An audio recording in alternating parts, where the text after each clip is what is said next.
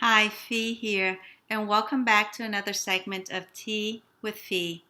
Today we will be looking at one way to cultivate balance in our lives and specifically looking at the definition of a word that could really help us experience balance if we're willing to let go of some old habits or thoughts or beliefs around this word that can really help us in cultivating the experience of balance, which so many of us need in our lives.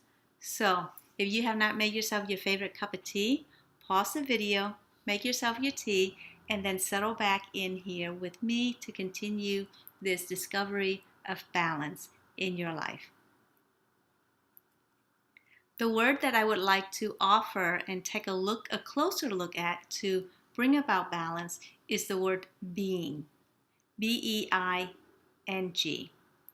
Now, when we take any word and add ing behind it, or most words and add ing behind it, it becomes a word of action. So, for example, the word play, when we add ing behind it, becomes playing.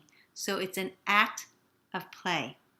Or ski becomes skiing, and we're doing an activity. Or fly, flying. Love, loving. So when we add ing behind a word, it turns that word into an activity. For some reason, the word being doesn't have the same flavor in the minds of a lot of people.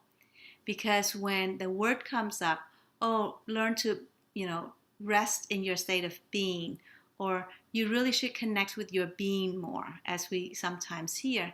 And in the minds of most people, when they hear the word being, it brings up thoughts like, oh, I'm being lazy, I'm not doing anything, there's no activity, it's not worth it because I'm not doing anything. Because we're so used to doing something to get some outcome. If you take a closer look at the word, being points to the fact that you are doing something. You're doing the act of to be. So to play becomes playing. To ski becomes skiing. To be becomes being. And so you're actually doing something when you are sitting there and being with yourself. You're doing the act to be with yourself. So it's not the act of non-doing at all. It's very much an activity, just like playing is an activity, flying is an activity, knitting is an activity. So if you were to wrap your mind around the fact that, yes, I am doing something, and something very important, as a matter of fact, to bring balance back into my life, because 99% of my time is engaged in the other doing activities, working, struggling, planning, figuring out, right?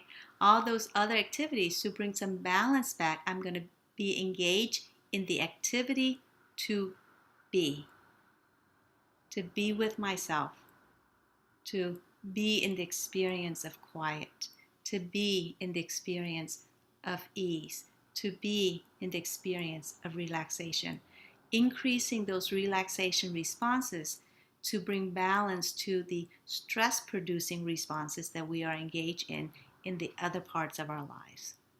So being is very much an activity.